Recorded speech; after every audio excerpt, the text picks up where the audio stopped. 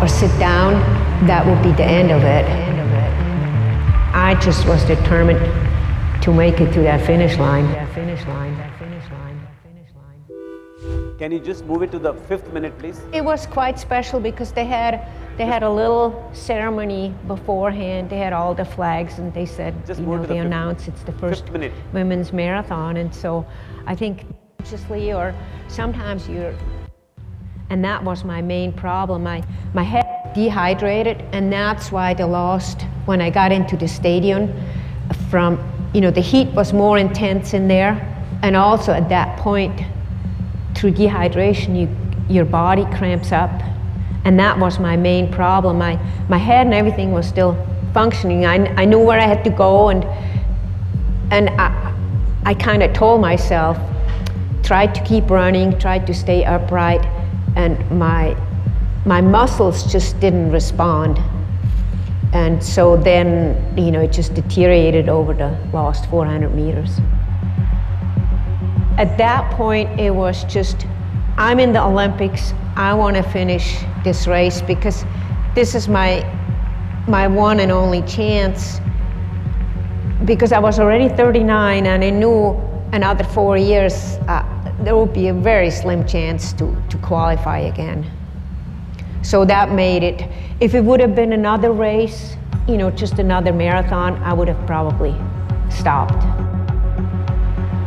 I think just from the heat in that stadium, I just started to fall apart.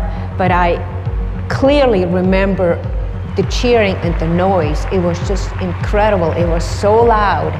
I didn't expect something like that. So that was, you know, clearly I can hear that, and that probably kept me going too. There was a doctor, he was following me closely and watching me. And later on, you know, he said, because there was a lot of criticism from the press, they say, oh, they should have stopped me and things, but he said, you know, he's familiar with these things, and he said he was watching me closely, and he said as long as I still knew where I was going and showed sign of sweating, that it was okay. And you know, I read now or sometimes see tapes.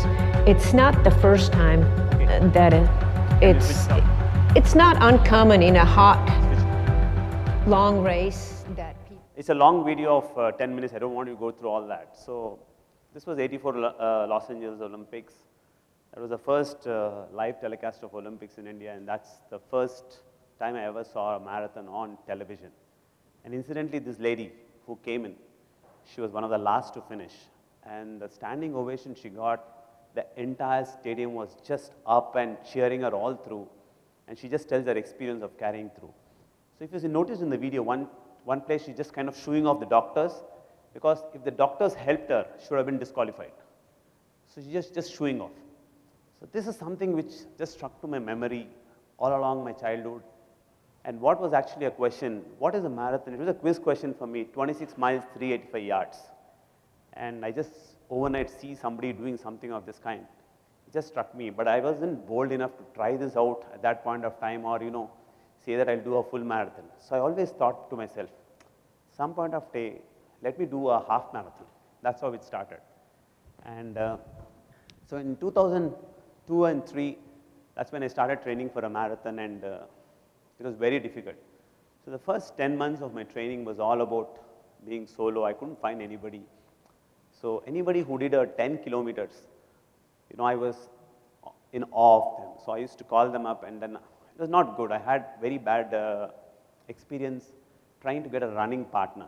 So the first running partner of mine was an online friend whom I came across in one of those running sites living in USA. She guided me through this entire process. And I went on to do my first marathon in 2005 in GYAN in Mumbai. So we were just 150 people who finished it. Very, very small that time, and nobody knew what it was. And I came back to Bangalore. I was living in Bangalore then. And the first thing I thought is, something which I enjoyed, why not I try and see if there's some common people. So I posted a meetup at Coffee Day, CMH Road, Bangalore, in sometime around the 3rd Sunday of February 2005. And suddenly I see 30 people turn up for that.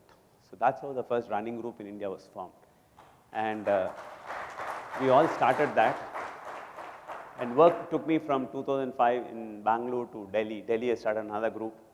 And then I came back immediately to Hyderabad in 2007. That's how I came back. And the first thing, I moved in April. Just 2-3 weeks, I gave myself time to settle down. And that's how Hyderabad Runners was born in Hyderabad.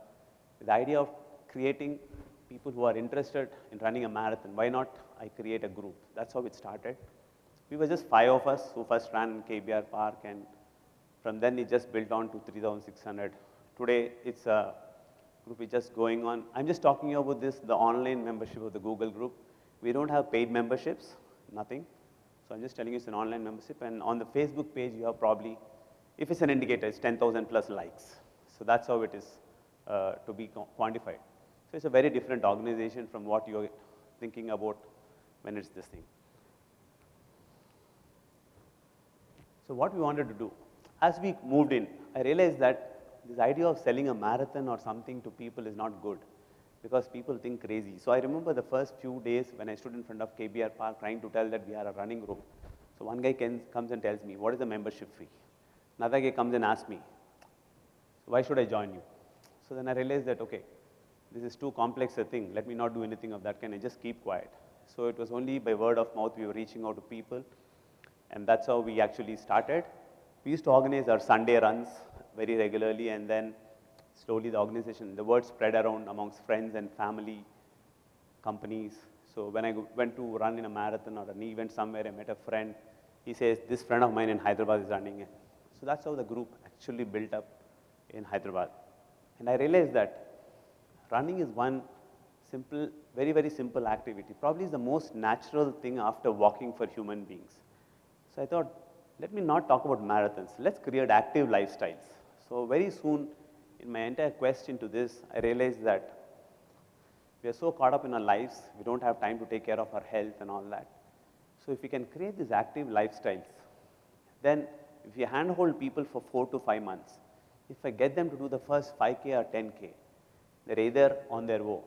They might swim, they might cycle, they might go to the gym, but more important is active lifestyles.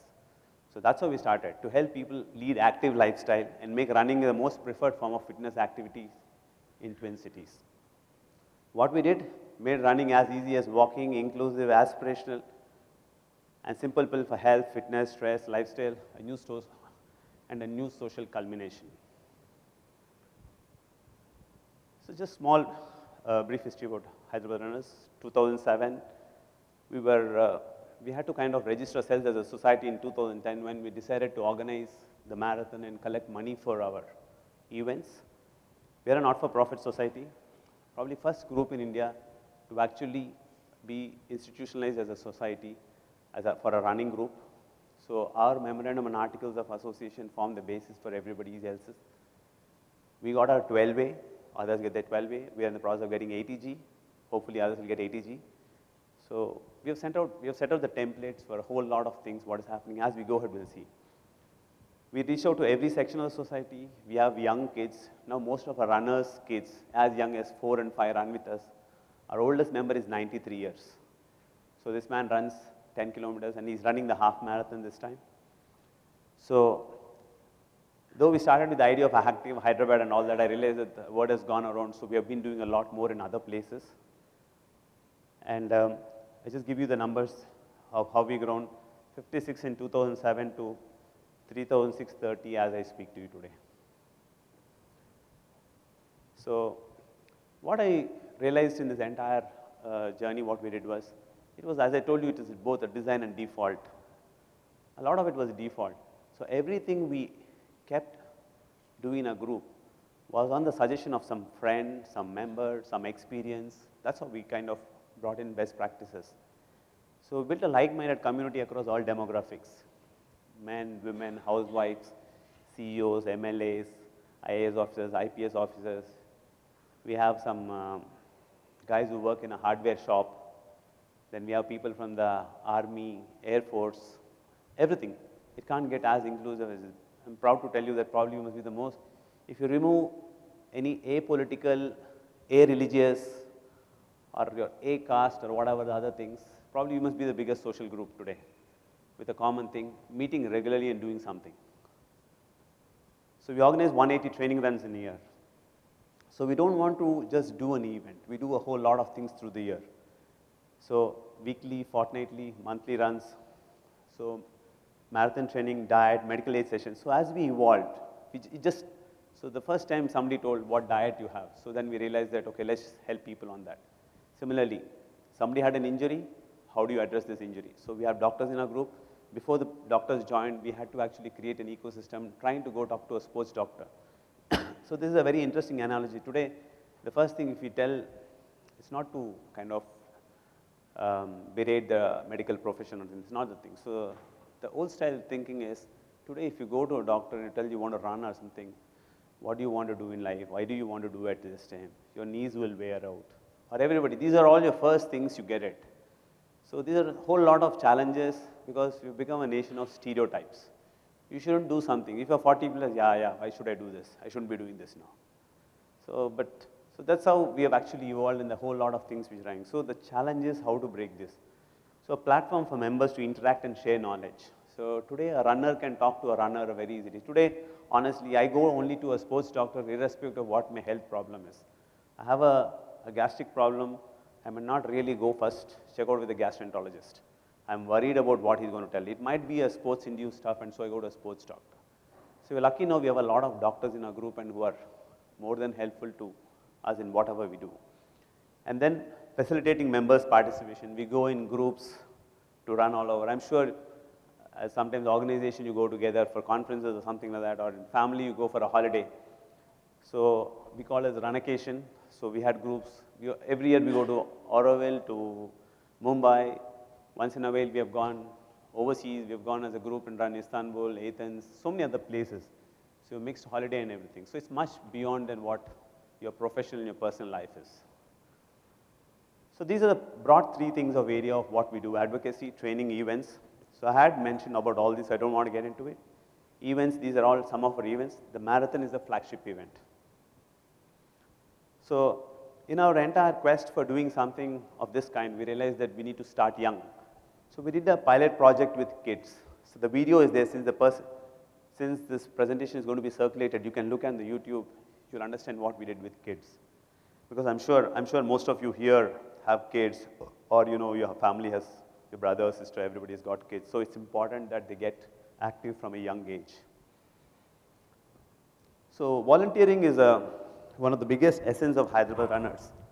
So just before I read, I just want to read one very interesting thing.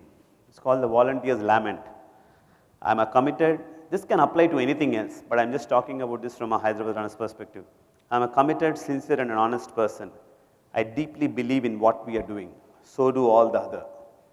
I'm quite sure we work here, many of us for nothing, others for not much more, because the task is so important, so urgent.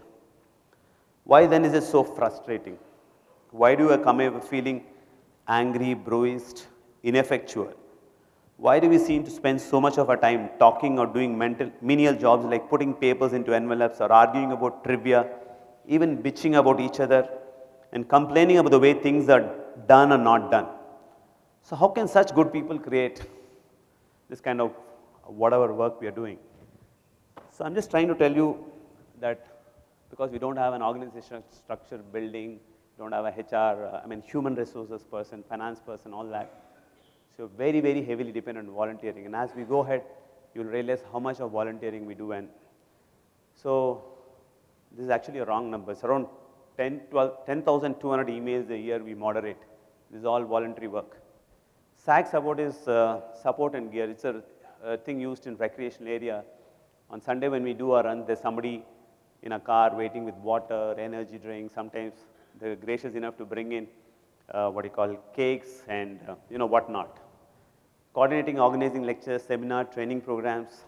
We have a couch to 5K program, which is literally a couch. So today somebody is a couch potato in the sense that who feels that no, I can't run, let alone walk. Come and join us. In 8 weeks, we'll get you to do a 5K run with all things taken care of. So we strongly believe that volunteering is very important. So how are we structured? It's very important for us to tell you, as a matter of transparency, it gives us a good forum to tell you. So this is our structure of office bearers, and we are supported by a 15-member core committee. The initial funds for the group, we all paid 5,000 rupees each and started this group. So it was our corpus which actually got us going, and we have done this. So this picture was with the former Chief Minister when we all went to Athens for a run and came back. So he called us and he just met us over tea. So this was in 2007. So in 2008, so part of the opening of the airport, so actually the runway became the runway. So the group, that was the first major run which the group organized. We had 180 people turn up. So it is a 4.2-kilometer runway, and many people actually realized this is a lifetime chance. So people ran 10 kilometers, 12 kilometers, so that was one of the best experience. So this is a picture which I was talking about Athens. So this was the stadium where the first modern Olympics were held. So we were there for the 2,500th year of the original marathon run by Fides. So that's a different story. I don't want to get into it now. So this is about the history of, in brief, the history of Hyderabad runners. A lot of things why I had to tell was, then you'll understand subsequently how the Hyderabad marathon works and what it is. So just like how I had shown you this video about what Gabrielle and she was talking about, it was in 2007 that I signed up for my first overseas marathon. So I ran the New York Marathon, and then it was a big eye-opener. I'm sure travel opens up everybody's mind. For me, it was very, very big eye-opener. Many people have a lot of, I would say, life-changing things in this stuff. For me, running the New York Marathon was personally a very, very great thing because for 2-3 things. First and foremost, I never thought I'll go to America to run a marathon. And America was one of the last countries I visited. And that probably was the reason that something exciting had turned up for me in life. So it's a very interesting, the marathon is a charismatic event. It has everything. You must have seen this lady. It has drama, it has competition, it has camaraderie, it has heroism. You must have seen what this lady did. But the best part about this is, every jogger can't dream of being an Olympic champion, but can dream of finishing a marathon. So today, if somebody plays a match with, say, Gopi Chand or Saina Nehwal, or with, say, Tendulkar, let's say it's a charity match. So you must be having some tournaments. You say it's a charity match. But on the marathon, the best part is at the start line and the finish line, you are with the world champions or with the Indian champions. You run the same course. Only difference is that guy does it in 2.5 hours, you may do it in 5 hours. You get the same medal, the same joy and satisfaction.